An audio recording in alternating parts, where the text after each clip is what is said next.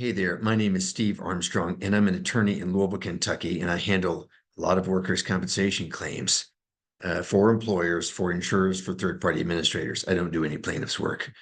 And so what I want to talk to you today about is Kentucky's 45-day rule for billing.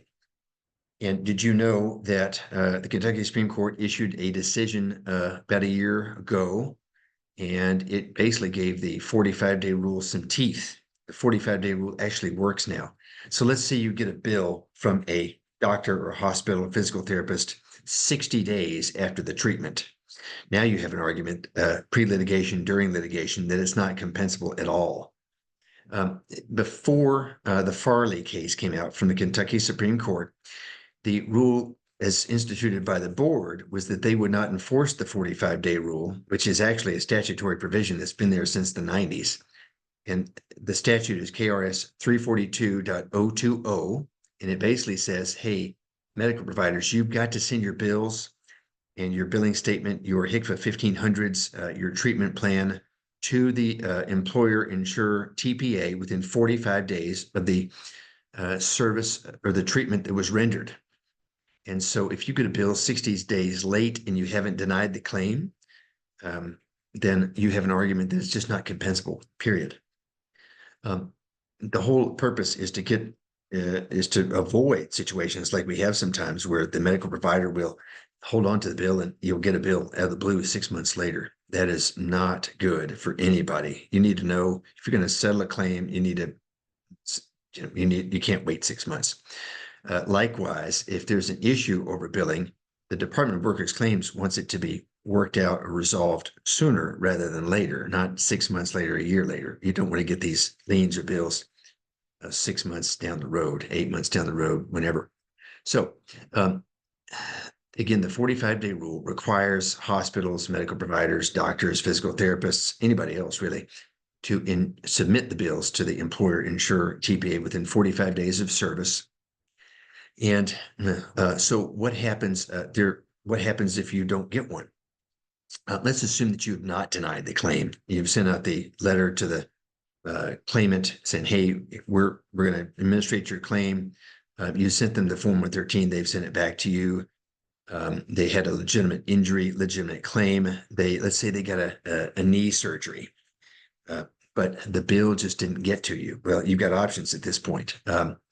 Why did they not send it? That's key, I would think. But if you want to deny it, you need to deny it in writing if it's pre-litigation. If it's during litigation, like the plaintiff attorney has has filled out a Form 101 and filed a claim, at that point, you need to figure out whether you're going to pay it or not. And if not, then you need to deny it through your attorney.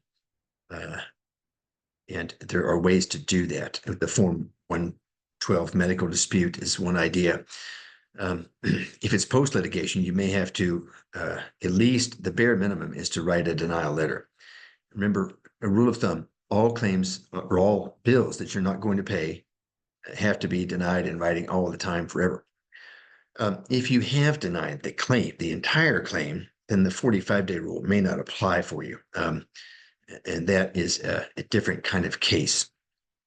So if you get a bill, 3 years after the settlement has been issued or approved, the ALJ decision has been decided, you get a bill. First time you ever got the bill, let's say it was 60 days instead of 45 days. At that point, I think you probably ought to contact your attorney. If it's not me, then contact your attorney and see how they advise you to proceed. The bare minimum, again, somebody needs to write a denial letter. If you're one of my clients, I'll write that for you. And then we can make a decision on whether we need to move to reopen to file a medical dispute post-award, post-settlement. But again, the 45-day rule is something that you need to be aware of because I have won cases where won medical disputes where the hospital would not send me the treatment records. They wouldn't send me the HCFA 1500s, HCFA, the Healthcare Financing Administration, and you're entitled to that. And if you can get a judge to rule on it, and it's obvious that the hospital or the doctor just doesn't want to comply, doesn't want to play ball, then, at some point, the judge will be like, hey, we've got to wrap this up. This claim needs to be wrapped up. And it's not fair to the claimant, not just that it's not fair to you, but it's not fair to the claimant to have this bill outstanding there that they could go after him or her on. And so I've actually had at least a couple of judges say, hey, there's no bill regarding the treatment, no HICFA 1500 hospital, you have been put on notice and you've not done anything. And so, the bills just aren't going to be found compensable because you haven't explained why. And the plaintiff is entitled to have this matter wrapped up. So 45-day rule, again, is a very, very helpful rule now, and it has teeth that it didn't have just 2 years ago. So if you've got any questions about it, feel free to call me, feel free to email me. Likewise, if you have other attorneys, I understand that, but feel free to contact them as well. And always feel free to call me on our website, armstrongpeake.com, or email me at sarmstrong@armstrongpeake.com. Thank you.